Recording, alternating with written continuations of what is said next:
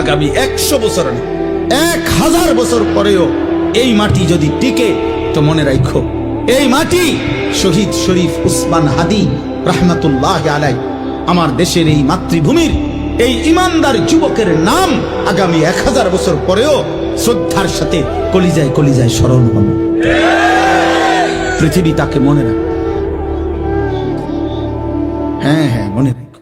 100 বছরে একজন হাদি জন্ম, ইমানদার ছিল, কিন্তু আমরা সেই হাদির কদর করতে 33 পারি। বছর বয়সী এক যুবক, যে সুনির্দিষ্ট কোন রাজনৈতিক দলের সদস্য ছিল না, যে একাই মেহনত করে গেছে আধিপত্যবাদের বিরুদ্ধে, আগ্রাসনের বিরুদ্ধে, মাতৃভূমির প্রতি ইঞ্চি জমিন হেফাজত করতে চেয়েছে।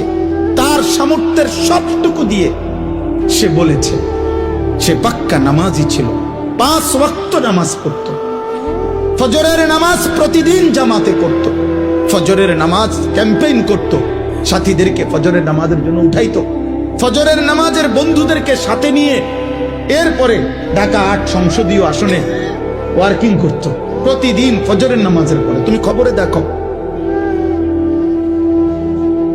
তুমি শোনো,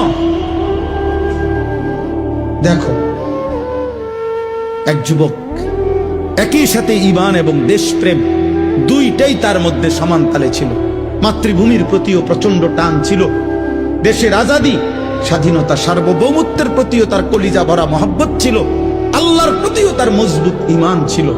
আল্লাহ বলে, যুবক তুমি চেয়েছো মাত্র, সে বলছে আমি যদি 500টা ভোট পাই, 5000 ভোটও পাই, তো আমি প্রথমবার দাঁড়াইছি, আমি সার্থক মনে করব।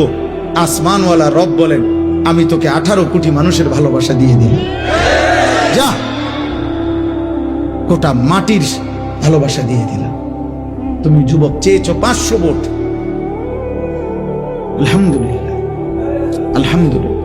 কি আশ্চর্য যুবক বলো, এই দেশের লক্ষ আলেম, মুফতি, মুহাদ্দিস, ইমাম, খতিব, মুয়াজ্জিন, ওয়াইজ, পীর, বুজুর্গ, আউলিয়া, তালিবে ইলম, হাফেজে কোরআন, আল্লাহর দ্বীনের সবাই, আবার সাধারণ থেকে সাধারণ মানুষ, রিস্কাওয়ালা, ট্রাকওয়ালা, ঠেলাওয়ালা, কুলিওয়ালা, দিন মজুর, বুড়া মানুষ, জওয়ান মানুষ, বাচ্চা মানুষ, সব তার জন্য চোখের পানি ফেলে অঝরে কাঁদছে।